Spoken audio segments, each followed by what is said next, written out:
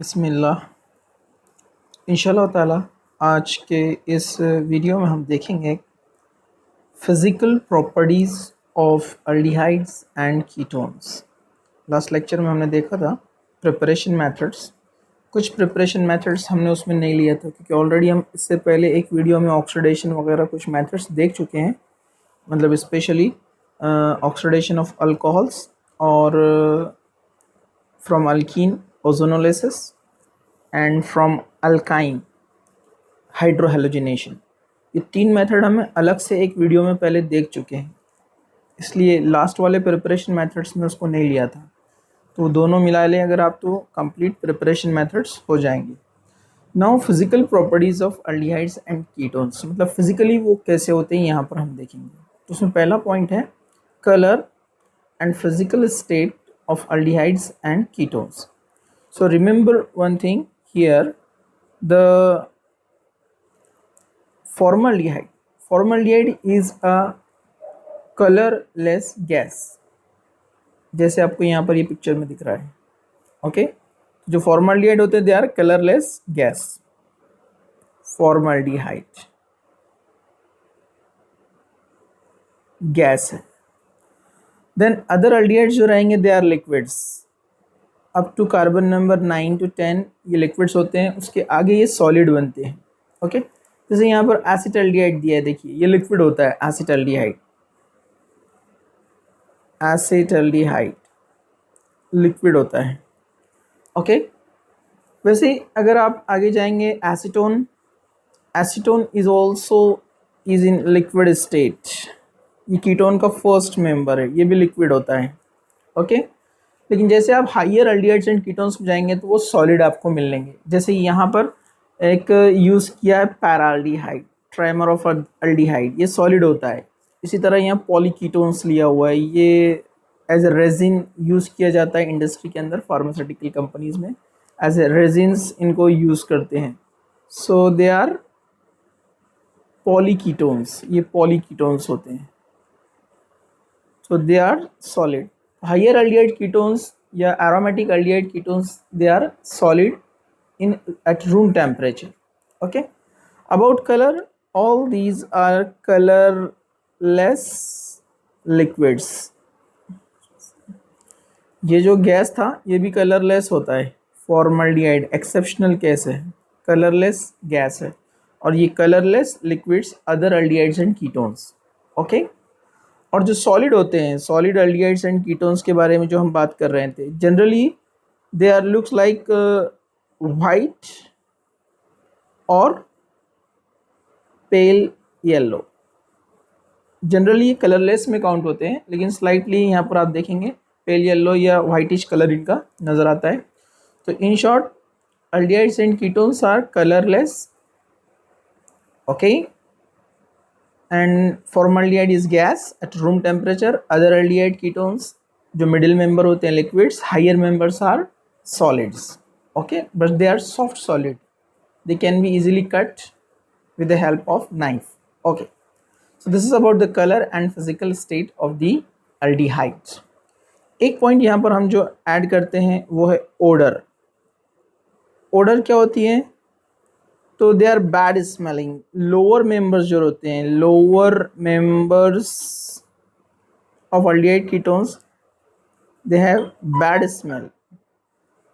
लेकिन जैसे जैसे आप आगे जाते हैं, कार्बन नंबर इंक्रीज होता है, तो इनका स्मेल जो है थोड़ा अच्छा होते जाता है, गुड स्मेल, गुड ओडर। जो हमने इंट्रोडक्शन में देखा कि बहुत सारे नेचुरल अल्डिहाइड्स कीटोन्स हैं जो एरोमेटिक हैं, ये हाइयर अल्डिहाइड कीटोन्स हैं। They are used in fragrance as well as they are used as flavoring agents, जैसे वनीला फ्लेवर वेनिलीन से बना है, वैसे सिनेमॉन जो दालचीनी होता है इसमें सिनेमाल्डिहाइड होता है। तो हाइयर मेंबर्स जो होते हैं ये गुड स्मेलिंग होते हैं और जो lower members they are bad smelling. Okay, next point की तरफ हम आते हैं। यहाँ पर boiling point of aldehydes and ketones. तो आप यहाँ पर लिस्ट में देख सकते हैं मीथेनल, इथेनल, प्रोपेनल, ब्यूटेनल, आगे बढ़ रहे हैं हम तो कार्बन नंबर बढ़ रहा है। एक कार्बन वाला अल्डिहाइड, दो कार्बन वाला अल्डिहाइड, तीन कार्बन वाला अल्डिहाइड, फिर ये कीटोन आ गया है। ओके, तो as carbon number increases, see the boiling point. Boiling point is also increasing, -21 से 21 49, तो बॉइलिंग पॉइंट इंक्रीज हो रहा है। Why boiling point increases with increase in molar mass. For example मैं यहाँ पर आपको बताता हूँ एसिटाल्डिहाइड CH3CHO, CH3CHO। दूसरा मेंबर हम लेते हैं प्रोपेनल्डिहाइड, प्रोपेनल 3 कार्बन वाला CH3CH2CHO, CH3CH2CHO। एक्चुअली यहाँ क्या होता है, सेम मॉलिक्यूल्स के बीच में वंडरवॉल इंटरेक्शन होता है। What is van der Waals interaction? एक मॉलिक्यूल के जो सरफेस इलेक्ट्रॉन है वो दूसरे मॉलिक्यूल के न्यूक्लियस से वीकली अट्रैक्ट होते हैं, मतलब इनके आउटर इलेक्ट्रॉन नीचे वाले जो मॉलिक्यूल है उसके न्यूक्लियाई से अट्रैक्ट होते हैं, and this weak attraction is called van der Waals interaction. अब डेफिनेटली जितना सरफेस एरिया ज़्यादा रहेगा और नंबर ऑफ इलेक्ट्रॉन ज़्यादा रहेंगे, नंबर ऑफ इलेक्ट्रॉन अगर ज़्यादा रहेंगे तो वो नेबरिंग मॉलिक्यूल से इंटरेक्शन ज़्यादा करेगा। जितना ज़्यादा इंटरेक्शन करेगा इसको ब्रेक करना क्या रहेगा, मुश्किल। इसलिए बॉइलिंग पॉइंट क्या हो जाएगा इसका, हाई। तो इसलिए हम बोलते हैं जैसे जैसे कार्बन नंबर इंक्रीज होता है, कार्बन नंबर इंक्रीज होगा यानी वंडरवॉल इंटरेक्शन इंक्रीज होगा, तो हम उसको बोलते हैं कार्बन नंबर इंक्रीज हो रहा है मतलब मोलार मास, मास भी बढ़ेगा ना, increases, and boiling point also increases. Same in case of ketone, 3 carbon ketone, 4 carbon ketone, 5 carbon ketone, जैसे जैसे आगे जा रहे हैं हम देखिए यहाँ पर बॉइलिंग पॉइंट बढ़ रहा है। So boiling points increases with increase in molar mass as well as in aldehyde as well as in ketone. Now see in this case ये 3 कार्बन वाला aldehyde है, इसका boiling point 49 है, और ये 3 कार्बन वाला कीटोन है, इसका बॉइलिंग पॉइंट 56 है। तो यहाँ पर बॉइलिंग पॉइंट ज़्यादा होता है कीटोन का अल्डिहाइड से। मतलब अगर हम यहाँ पर 3 कार्बन वाला अल्डिहाइड लेते हैं CH3CH2CHO और 3 कार्बन वाला ही कीटोन यहाँ पर लिया है, तो आपको बॉइलिंग पॉइंट कीटोन का ज़्यादा मिलेगा। वाई? क्योंकि कीटोन में क्या होता है, CH3COCH3 ये स्ट्रक्चर फॉर्म होता है। ये इलेक्ट्रॉन डोनेटिंग ग्रुप है, मिथाइल ग्रुप्स और इलेक्ट्रॉन डोनेटिंग ग्रुप्स, तो इलेक्ट्रॉन पुश करते हैं टुवर्ड्स कार्बन, जिससे इलेक्ट्रॉन और पुश होते हैं टुवर्ड्स दिस ऑक्सीजन। तो यहाँ पार्शियल नेगेटिव और ये पार्शियल पॉजिटिव, यहाँ डायपोल तैयार होता है। Dipole means 2 pole, pole means centre, positive pole positive centre, negative pole negative centre, 2 centre तैयार होते हैं, इसलिए इनको बोलते हैं डायपोल। ये डायपोल इंट्रैक्शन से ये नेबरिंग मॉलिक्यूल से प्लस माइनस से अट्रैक्शन ज़्यादा करता है, मतलब दूसरे एसीटोन से, इसलिए इनको सेपरेट करना डिफिकल्ट है, इसलिए उसका बॉइलिंग पॉइंट ज़्यादा मिलेगा। ठीक है, इसलिए एसीटोन का बॉइलिंग पॉइंट प्रोपेनल यानी प्रोपियोनल्डिहाइड से ज़्यादा रहेगा। तो यहाँ पर आपने क्या देखा, boiling point increases with increase in molar mass. लेकिन अगर जिनके मोलार मास सेम हो, जैसे for example CH3 CH2 CH2 CHO 4 carbon वाला aldehyde, CH3 CH CH3 CHO 4 carbon वाला अल्डिहाइड, दोनों भी 4 कार्बन वाले हैं, लेकिन ये नॉर्मल चेन वाला है और ये आइसो है जिसके पास ब्रांच है। तो यहाँ पर बॉइलिंग पॉइंट हमको N का ज़्यादा मिलेगा। भाई क्योंकि ये स्ट्रेट चेन होने की वजह से वंडरवॉल इंटरेक्शन प्रॉपरली अच्छे से करता है नेबरिंग मॉलिक्यूल से, यानी बज वाले मॉलिक्यूल से। लेकिन यहाँ पर ब्रांचिंग आने की वजह से एरिया क्या हो जाता है, कॉम्पैक्ट। तो यहाँ पर वंडरवॉल इंटरेक्शन की क्वांटिटी क्या हो जाती है, कम। जब वंडरवॉल इंटरेक्शन की क्वांटिटी नेबरिंग मॉलिक्यूल से कम होगी तो वो कम टेम्परेचर पे ब्रेक हो जाएगा, सिंपल, इसलिए उसका बॉइलिंग पॉइंट कम। तो जो जितना स्ट्रेट रहेगा, स्पेस एरिया ज़्यादा रहेगा, उसका बॉइलिंग पॉइंट ज़्यादा होता है। सो द सेम कीटोन में कंसेप्ट रहेगा। ओके, चलिए अब हम आगे बढ़ते हैं। Solubility of aldehydes and ketones.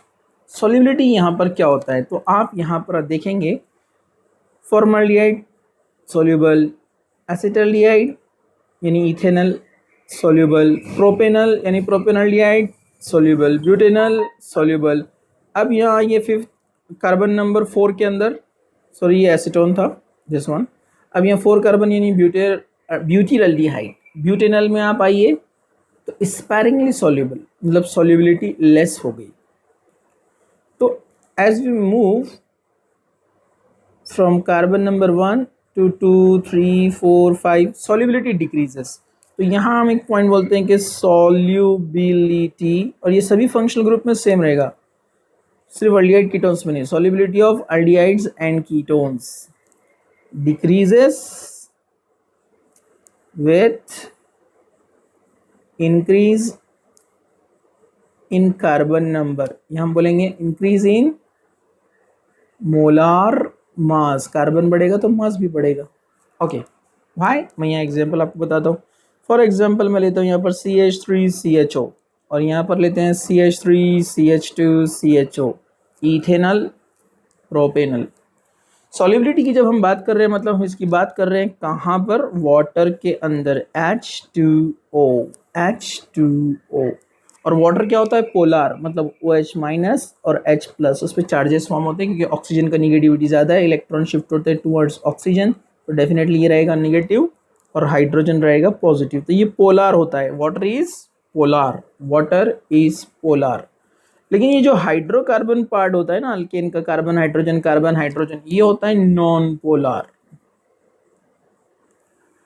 ये वाला पोलार रहेगा क्योंकि ऑक्सीजन है यहाँ पर, लेकिन ये जो ब्रांच होती है ना, जो कार्बन हाइड्रोजन की, ये नॉन पोलार है क्योंकि इसमें इलेक्ट्रोनेगेटिविटी डिफरेंस बहुत ज़्यादा नहीं रहता है, कोई चार्जेस तैयार नहीं होते। और पोलार नॉन पोलार की जमती नहीं है, प्रॉब्लम ये है। तो यहाँ पर आप देखेंगे नॉन पोलार पार्ट छोटा है इथेनल में, आप प्रोपेनल में जा रहे हैं तो नॉन पोलार पार्ट बढ़ रहा है, और 4 कार्बन में जाएंगे तो नॉन पोलार पार्ट और बढ़ेगा।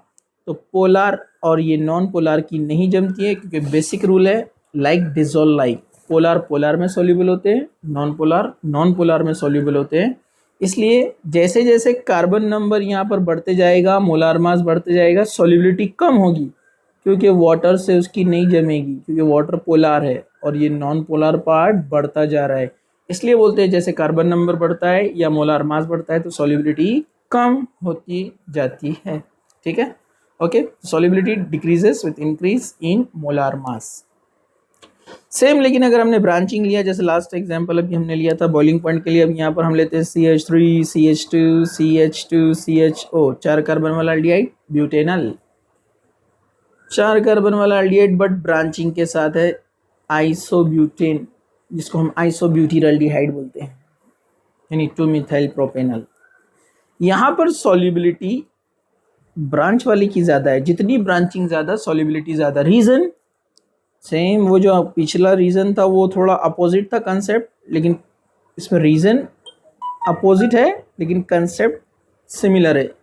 यहाँ पर सरफेस एरिया ज़्यादा है, मतलब नॉन पोलार पार्ट बड़ा है, जिससे वाटर से उसकी नहीं जमेंगी क्योंकि वाटर पोलार है।